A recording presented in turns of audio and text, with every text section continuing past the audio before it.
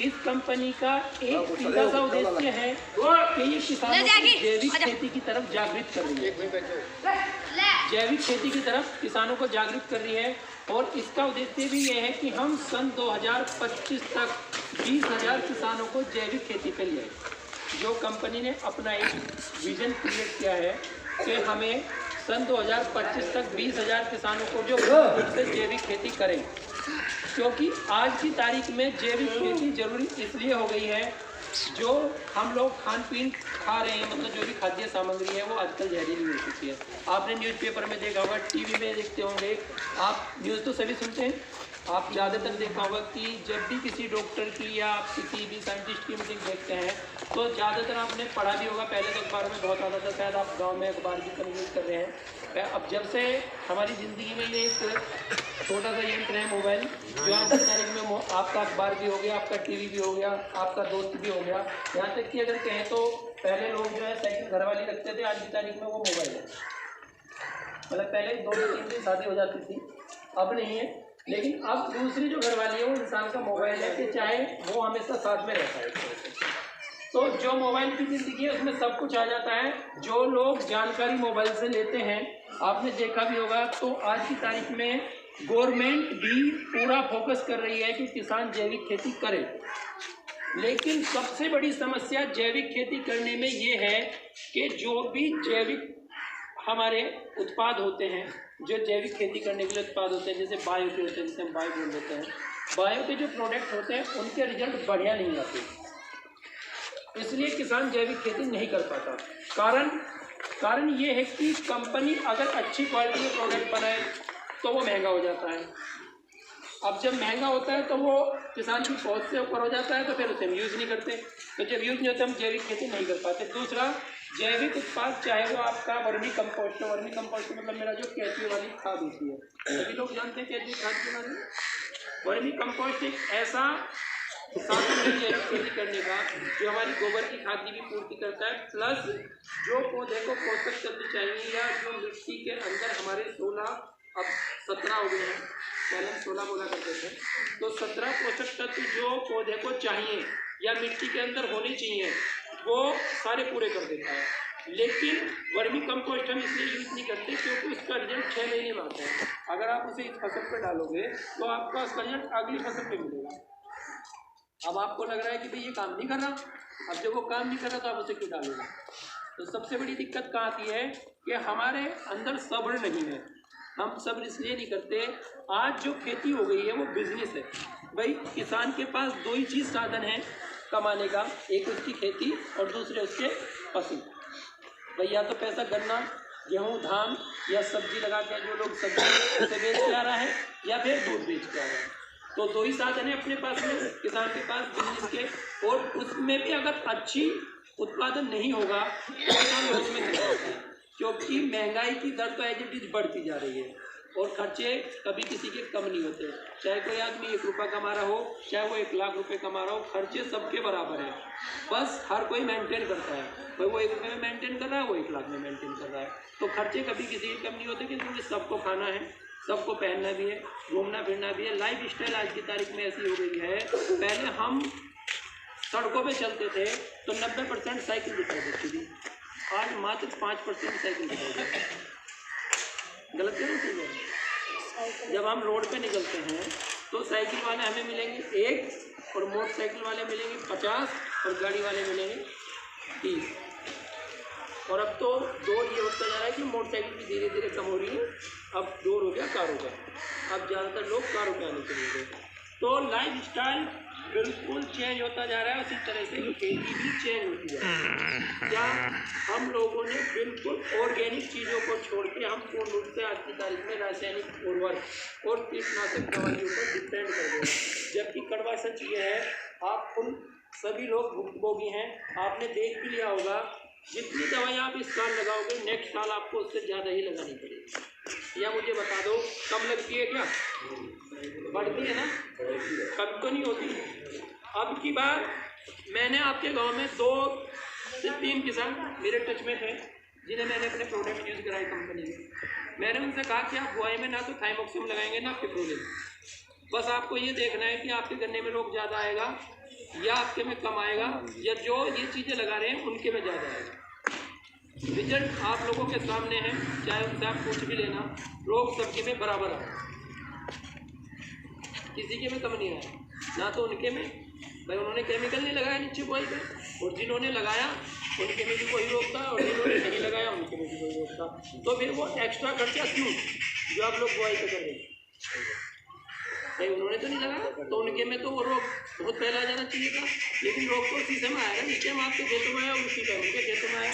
बस अंतर इतना हुआ कि आपके में ज़्यादा आया, और जिन्होंने, चाहे वो किसी का भी कोई भी किसान है जिसने जैविक उत्पाद यूज किए होंगे, आप सब प्रैक्टिकली आपने देखा होगा, जिन्होंने केमिकल ज़्यादा लगाया होगा उनके खेतों में ज़्यादा रोग होगा, जिन्होंने केमिकल कम लगाया होगा उसके खेत में वास्तव में रोग कम आया होगा।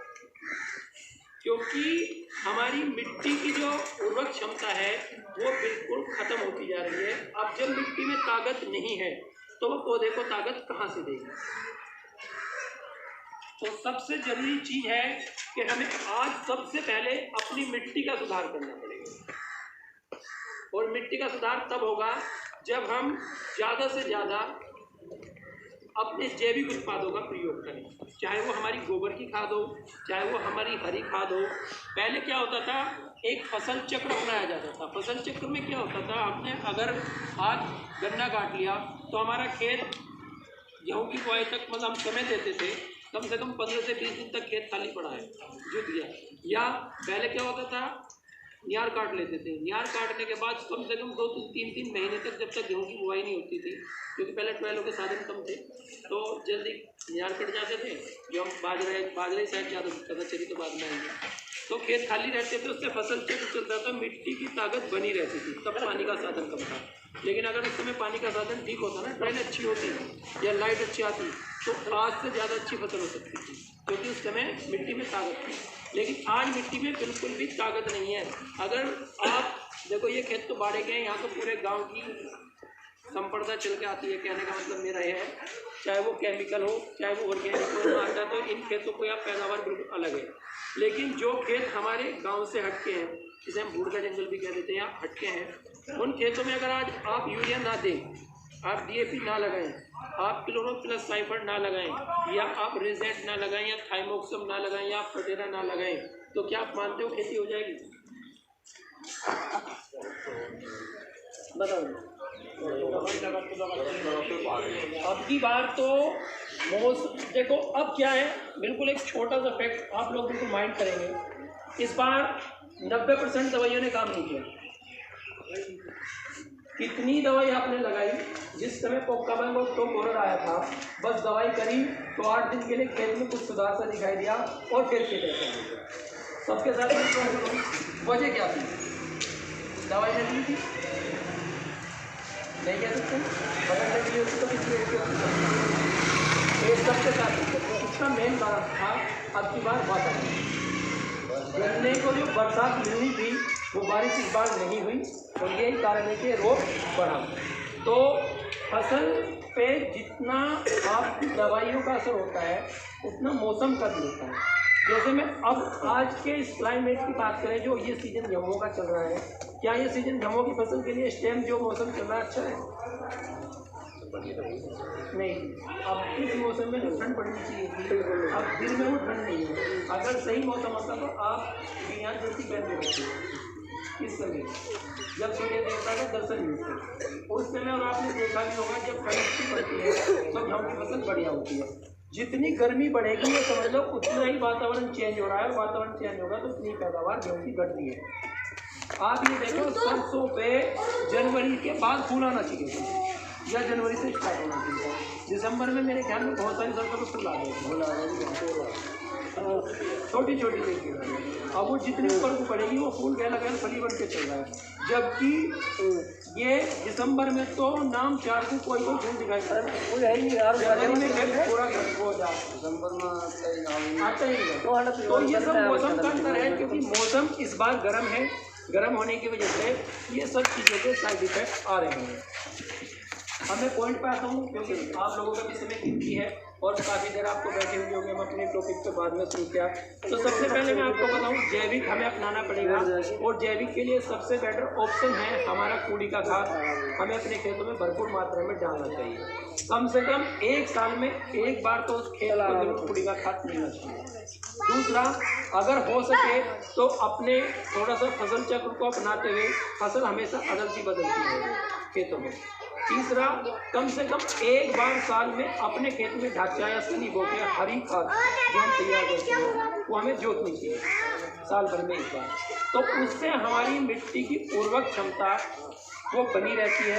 प्लस जो पोषक तत्व जैसे आपका नाइट्रोजन है, हाइड्रोजन है, पोटास है, जिंक है, मैग्नीशियम है, क्लोराइड है, आयरन है, जिप्सम है, बोरान है, ये सारी चीज़ें आज की तारीख में बाहर से डालते हैं। कैल्शियम क्लोराइड डालते हैं, कैल्शियम नाइट्रेट भी डाल रहे होंगे, जिंक भी डालते हैं, बोरान भी डाल डालते हैं, पोटास भी डाल रहे हैं, NPK भी डालते हैं, DAP भी डाल रहे हैं, यूरिया भी डाल रहे हैं। कम से कम 8-10 प्रोडक्ट जो मार्केट में आज की तारीख में अवेलेबल है जो हम बाहर से डालते हैं। अच्छा, मुझे ये बताओ, अगर आपकी बॉडी में कैल्शियम की कमी हो जाए तो जो आप कैल्शियम की टैबलेट लेते हो उससे पूर्ति होगी, या जो आप कोई मतलब घी ज़्यादा खाएं, दूध ज़्यादा पिएँ, केले वगैरह खाएं, या फिर जिससे कैल्शियम की पूर्ति होती है जैसे फल फ्रूट्स ज़्यादा खाएं, उससे ज़्यादा जल्दी पूर्ति होगी? दवाई से होगी, घी दूध से होगी। और जो घी दूध से कैल्शियम आपकी बॉडी में बन रहा होगा वो होगा जो आपकी बॉडी को नुकसान नहीं देगा।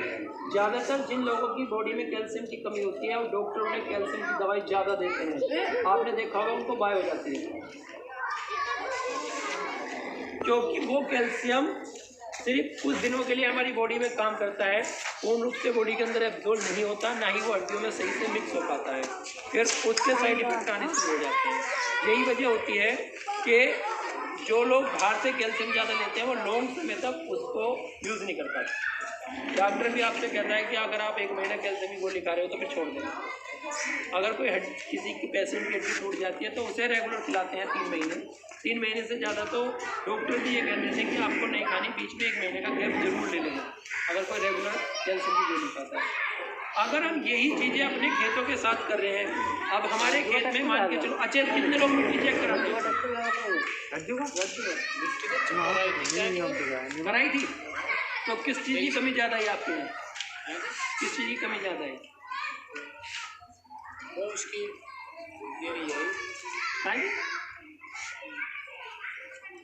सल्फर की कमी है। सल्फर की कमी।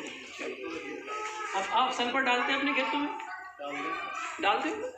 अच्छा, अब की बार चेक कराना, अब की बार सल्फर ज़्यादा हो जाएगा, बस हो जाएगा। इसे कहते हैं pH बैलेंस डिस्टर्ब होना। हम जो चीज़ें ज़्यादा डालनी शुरू कर देंगे वो ज़्यादा हो जाएंगी, जो नहीं डालते वो कम हो जाती है।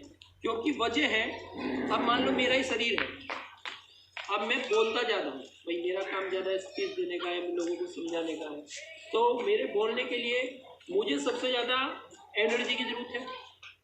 अब एनर्जी मुझे कहाँ से मिलेगी? खाने पीने की चीज़ों से। और अगर मैं एनर्जी बूस्टर बाहर से लेने लगूँ तो थोड़ी देर के लिए तो वो काम करेगी, लेकिन क्या वो रेगुलर मेरे पे काम करेगी? नहीं करेगी। और यही चीज़ अगर मेरी बॉडी के अंदर बन रही है तो मैं 24 घंटे बोल सकता हूँ, क्योंकि रेगुलर वो मेरी बॉडी से मुझे मिल रही है।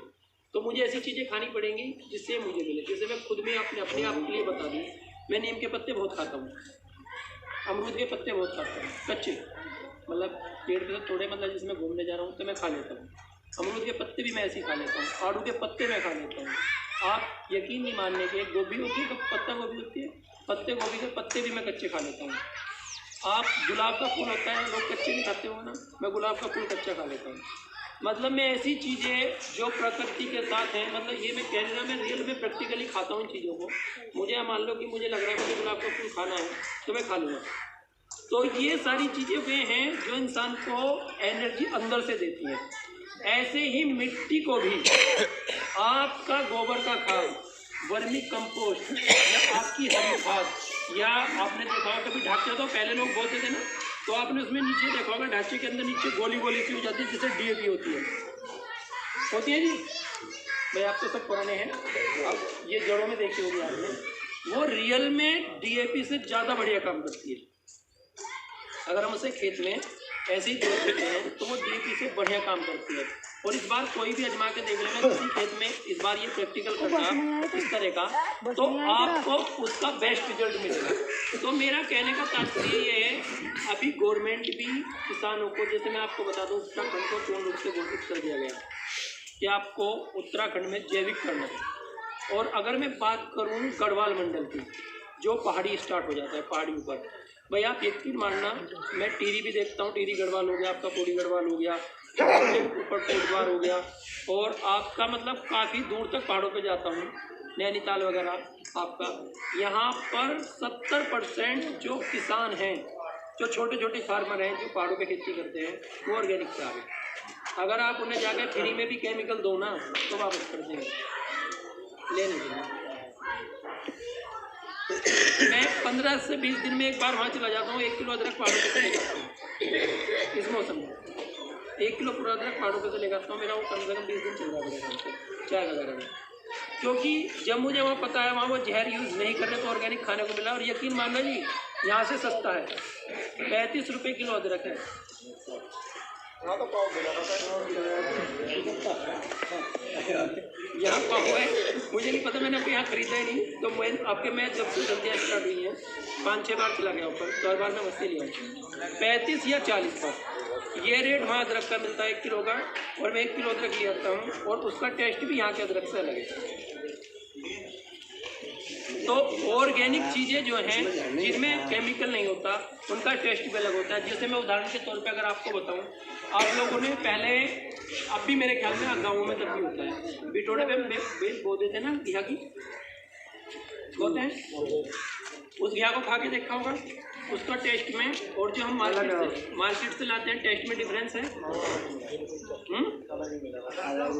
आप अपने खेतों में सरसों बोते हो खाने के लिए, गेहूँ में बोल डाल देते हैं ना सरसों, अब निकाली से बोल रहे हैं, सरसों का साग खाते हैं। जिस खेत में दवाई ना लगी हो उसका साग खाना, और जिस खेत में दवाई लगा दी और उसका साग खाना, उसमें भी आपको डिफरेंस है। ये है केमिकल के साइड इफेक्ट। दूसरा बिल्कुल रियल घटना है, आपको पता भी होगा, पंजाब से एक ट्रेन निकलती थी दिल्ली के लिए, जिसे कैंसर ट्रेन बोलने लगे थे। पंजाब से ज़्यादा केमिकल तो यूज़ नहीं होता होगा, पंजाब में इतना केमिकल यूज होता था कि वहाँ आज की तारीख में कोई एक घर ऐसा बचा होगा जिसमें कैंसर का पेशेंट ना हो।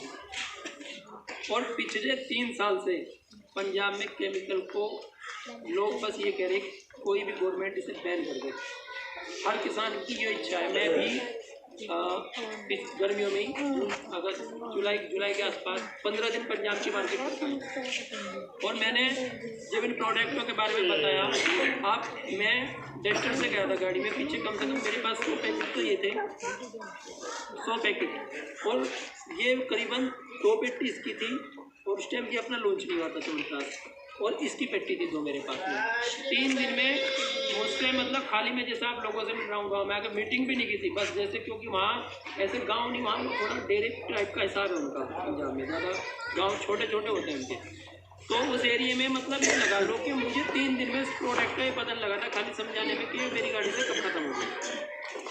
और उसके बाद रामराज में एक आपने देखा भी होगा, एक बहादुर धर्म काटा है जिनका, उनके लड़कों की वहाँ रिश्तेदारी, उनके साथ में वहाँ गया, वो कई बार वहाँ यहाँ से प्रोडक्ट ले जाकर पंजाब दे गए ऑर्गेनिक। तो अब किसान भी चाह रहा है कि हम ऑर्गेनिक पाएँ, लेकिन उन्हें चाहिए रिजल्ट।